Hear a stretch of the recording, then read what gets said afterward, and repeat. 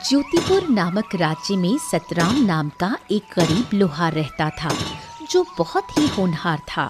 उसकी बनाई गई तलवार का मुकाबला कोई नहीं कर सकता था। ऐसा कहा जाता था कि अगर कोई राजा सतराम की बनाई हुई तलवार को जंग में ले जाता तो वो जरूर विजय प्राप्त करता।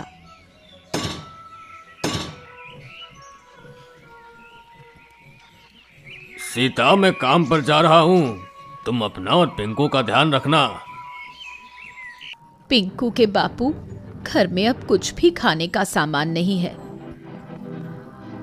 तुम चिंता मत करो, मैं आज कुछ भी करके घर का राशन ले आऊंगा। लेकिन कैसे? इतने दिनों से तो आपको एक भी ग्राहक नहीं मिला है। हाँ, कह तो तुम सही रही हो, लेकिन मैं कोशिश के अलावा और कर भी क्या सकता हूँ। आप ये लोहारी का काम छोड़कर कोई दूसरा काम क्यों नहीं करते? मैं इसी काम में माहिर हूँ, इसलिए यही काम अच्छी तरह से कर सकता हूँ। जी वो तो है, लेकिन इस काम में आप इतनी मेहनत करते हैं, बदले में आपको मिलता ही क्या है? मेहनत कभी जाया नहीं जाती। मुझे यकीन है एक ना एक दिन मुझे मेरी मेहनत का फल जरूर मिलेगा। सतराम ये कहकर अपने काम पर चला जाता है।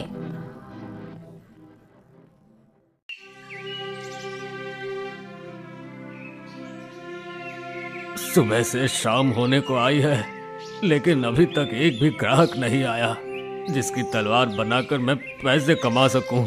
अब मैं घर का राशन कैसे लेकर जाऊंगा? सतराम बाजार में बैठा यही सोच रहा था कि तभी उसका साथी गिरजू लोहार आता है और कहता है, अरे सतराम, तुम यहाँ इस तरह से क्यों बैठे हो? क्या तुम्हारे पास कोई काम नहीं है? नहीं गिरजू, इस समय ना मेरे पास कोई काम है और ना ही कोई ग्राहक। ऐसे कैसे हो सकता है? तुम तो इतने होनहार लोहार हो, फिर भी तुम्हारे पास ग्राहक नहीं है। ये तो बड़े शर्म की बात है। भाई, ये सब तो सब समय समय की बात है। हो सकता है कि अभी मेरा समय नहीं आया हो। हाँ, सही बात है। खैर, मैंने तुम्हें यहाँ बैठे हुए देखा तो तुमसे बात करने चला आया। वैसे मेरे पास तो बहुत काम है, इसलिए मैं चलता हूँ। गिरजू सतराम का मजाक उड़ाकर वहाँ से चला जाता है, जबकि सतराम चुपचाप वहीं बैठ जाता है। तभी वहाँ पर एक आदमी आता है और कहता है, सुनो भाई, यहाँ पर कोई सतराम नाम का लोहार रहता है। क्या तुम मुझे उसका पता बता सकते हो? जी, मैं ही हूँ सतराम। बताइए, आपको मुझसे क्या काम है? मैंने सुना है तुम तलवार बहुत अच्छी बनाते हो, और जो भी तुम्हारी बनाई हुई तलवार से मुकाबला करता है वो जरूर विजय प्राप्त करता है। जी, ये सच है कि मैं तलवार बनाता हूँ, लेकिन जीत और हार तो सिर्फ ईश्वर के हाथ में होती है। बात तो तुम्हारी बिल्कुल सही है। खैर, जो भी है, तुम मुझे एक अच्छी सी तलवार बनाकर दे दो। ठीक है, लेकिन आप है कौन? मैं पड़ोसी राज्य का राजा शूरवीर हूँ। लेकिन मैं आपके लिए तलवार क्यों बनाऊं? मैं तो आपको जानता भी नहीं। दरअसल कुछ दिनों से मेरे कुछ दुश्मन मेरे राज्य के लोगों को बहुत परेशान कर रहे हैं। उन्होंने सबका जीना हराम कर दिया है, इसलिए मुझे उनसे मुकाबला करने के लिए तुम्हारी बनाई हुई तलवार चाहिए। ठीक है, अगर ऐसा है तो मैं बना दूंगा। सतराम के हाँ कहने पर राजा शूरवीर उसकी तरफ एक पोटली बढ़ाते हैं, जिसमें बहुत सारे सोने के सिक्के होते हैं। ये लो तुम्हारा मेहनताना। मैं कुछ दिनों बाद अपनी अमानत लेने आऊंगा। ये क्या है? इसमें कुछ सोने के सिक्के हैं। बाकी अगर तुम्हें ये कम लगते हैं तो मैं और बढ़ा देता हूँ। महाराज, मैंने तो अभी तलवार बनाना शुरू भी नहीं किया, तो फिर आप पहले से मेरा मेहनताना क्यों दे रहे हैं? रख लो, ये तुम्हारी मेहनत क्या है।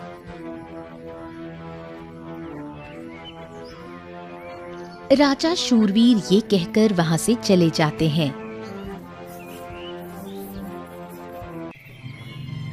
अब मैं अपनी पत्नी और पुत्र के लिए खाने पीने का खूब सारा सामान लेकर जाऊंगा। सतराम अब सोने के सिक्के को बेचकर ढेर सारा सामान खरीदता है और अपने घर चला जाता है। ये लो सीता, ये सब तुम दोनों के लिए। अरे पिंकू के बापू, आप इतना सारा सामान ले आए? आपके पास इतना सारा सामान खरीदने के लिए पैसे कहाँ से आए? सीता के पूछने पर सतराम उसे राजा के बारे में सब कुछ बताता है।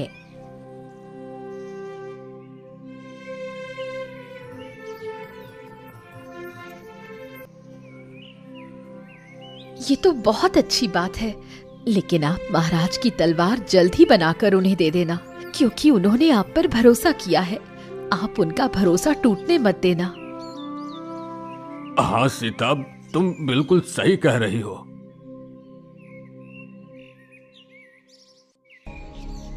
अगली सुबह सतराम अपने काम पर निकल जाता है और अपनी दुकान पर पहुंचकर सोचता है, महाराज की तलवार मुझे जल्द से जल्द बनानी होगी। सतराम दिन रात मेहनत करके राजा के लिए एक बहुत अच्छी सी तलवार बना लेता है।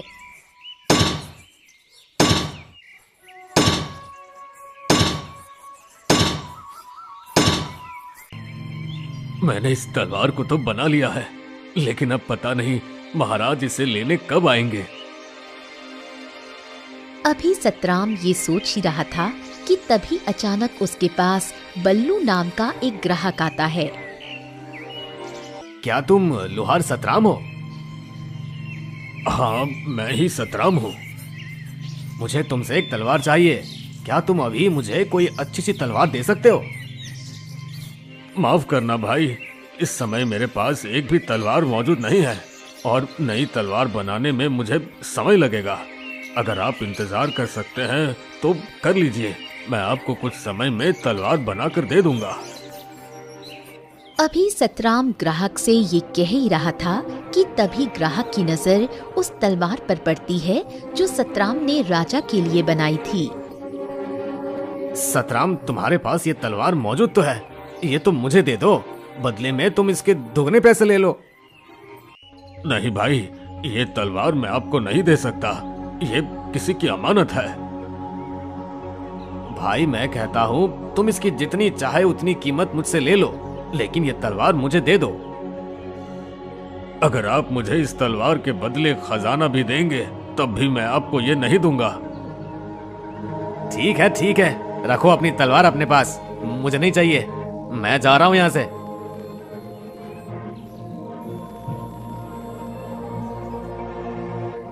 फिर कुछ दिन ऐसे ही गुजर जाते हैं, लेकिन राजा शूरवीर अपनी तलवार लेने नहीं आते। लेकिन सतराम के पास ऐसे बहुत से ग्राहक आते जो सतराम से वो तलवार मांगते, मगर सतराम किसी को भी उसे नहीं देता। पता नहीं राजा शूरवीर कब आएंगे, मैं आखिर कब तक उनकी ये अमानत संभाल कर रखूंगा। अभी सतराम अपने मन में ये सोच ही रहा था कि तभी अचानक बल्लू ग्राहक वहाँ फिर आता है।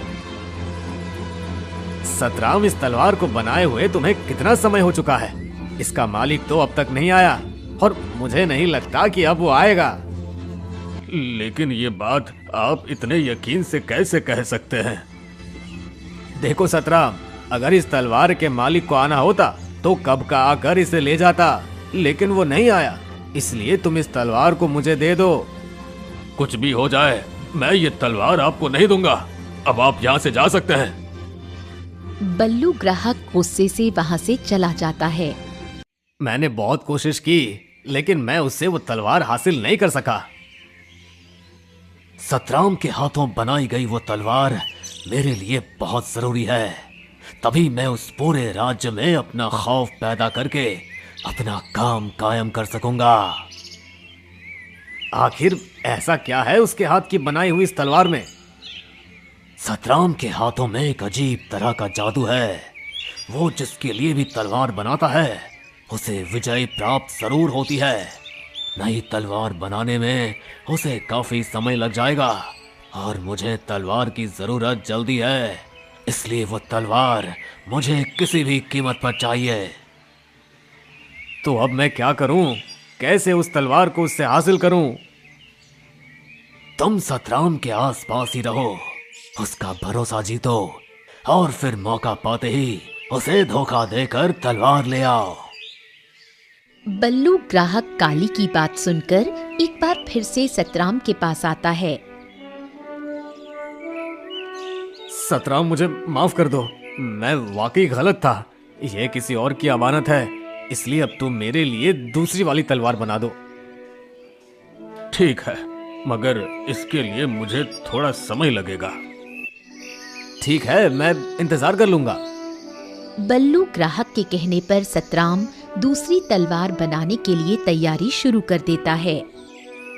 ये मौका अच्छा है, ये बेवकूफ अपने काम में लगा हुआ है। मैं जल्दी से ये तलवार लेकर अपने मालिक को दे देता हूँ। फिर बल्लू सतराम को धोखा देकर चुपके से राजा की तलवार लेकर भाग जाता है।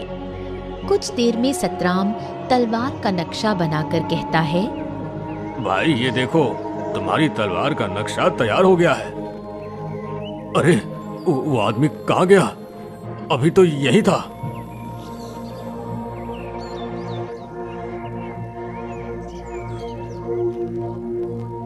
सतराम बल्लू को अपनी दुकान के आसपास तलाश करता है, लेकिन वो उसे कहीं नहीं मिलता। फिर वो अपनी दुकान पर वापस आता है। तभी उसकी नजर राजा की तलवार की जगह पर पड़ती है। ए भगवान, इसका मतलब वो ग्राहक नहीं चोर था, मुझे धोखा देकर भाग गया। ए भगवान, अब मैं क्या करूं? क्या जवाब दूंगा राजा शूरवीर को? मुझसे इतनी बड़ी गलती कैसे हो गई?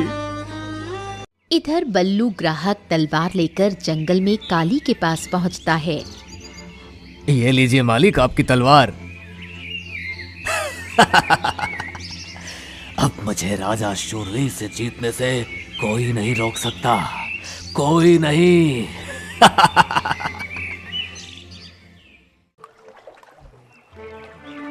अब मैं क्या करूं? उस चोर ने मुझे धोखा देकर महाराज की तलवार चोरी कर ली। अब मैं महाराज को क्या जवाब दूंगा? अभी सतराम दुखी मन से ये सोच ही रहा था कि तभी नदी से इंद्रदेव प्रकट होते हैं।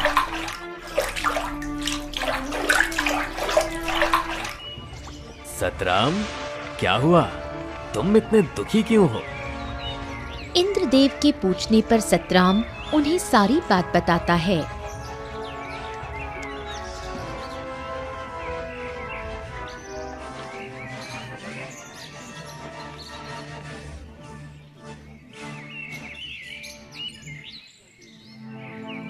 सतराम, उस चोर ने तुम्हारे साथ धोखा किया है, इसमें तुम्हारी कोई गलती नहीं है। तुम एक काम करो, तुमने जिस तलवार का आज नक्शा तैयार किया है, अब जल्दी से उसे बनाकर राजा शूरवीर को दे दो। लेकिन इंद्रदेव, वो तलवार तो आम तलवार जैसी है, जबकि मैंने महाराज के लिए एक अलग तरह की तलवार बनाई थी। क्या हुआ इंद्रदेव, आप हंस क्यों रहे हैं? मैं इसलिए हंस रहा हूँ क्योंकि जो तलवार तुमने पहले बनाई थी वो राजा शूरवीर के लिए थी ही नहीं। क्या मतलब? जब तुम छोटे थे और यहाँ खेलने आते थे, तब मैंने तुम्हें वरदान दिया था कि जब भी तुम तलवार बनाने से पहले मुझे याद करोगे तो तुम्हारी तलवार में ताकत भर जाएगी। क्या सच में? ये तो मुझे पता ही नहीं था।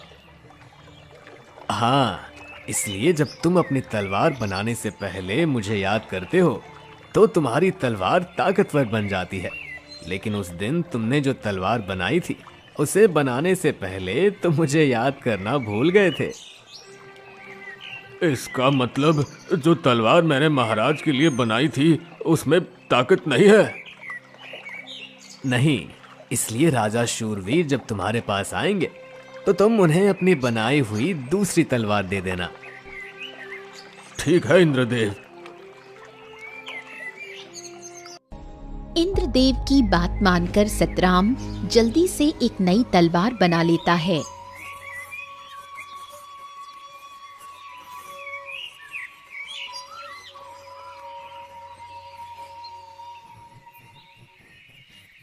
सतराम, क्या मेरी तलवार बन गई है? जी महाराज, ये लीजिए आपकी तलवार। तुम्हारा बहुत बहुत धन्यवाद सतराम। महाराज, अगर मैं भी आपके साथ आपके दुश्मन के मुकाबले को देखने चलूं, तो क्या आप मुझे ले चलेंगे? हाँ, क्यों नहीं। कल के मुकाबले में तुम भी मेरे साथ चलना। अगले दिन राजा शूरवीर सतराम को भी अपने साथ मुकाबले में ले जाते हैं। फिर एक मैदान में राजा शूरवीर और उनके दुश्मन काली की जंग शुरू हो जाती है। आज मैं तुझे मारकर तेरा राज्य अपना बना लूंगा। तुम अपने इस नापाक मकसद में कभी कामयाब नहीं होगे। इतना कहकर राजा शूरवीर गुस्से से उस पर वार करते हैं, जिससे उसकी तलवार 2 टुकड़ों में बट जाती है। अरे ये कैसे हो सकता है?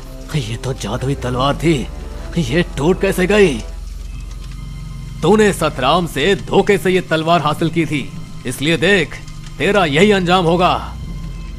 इतना कहकर राजा शूरवीर उस काली को मार देते हैं और मुकाबला खत्म हो जाता है।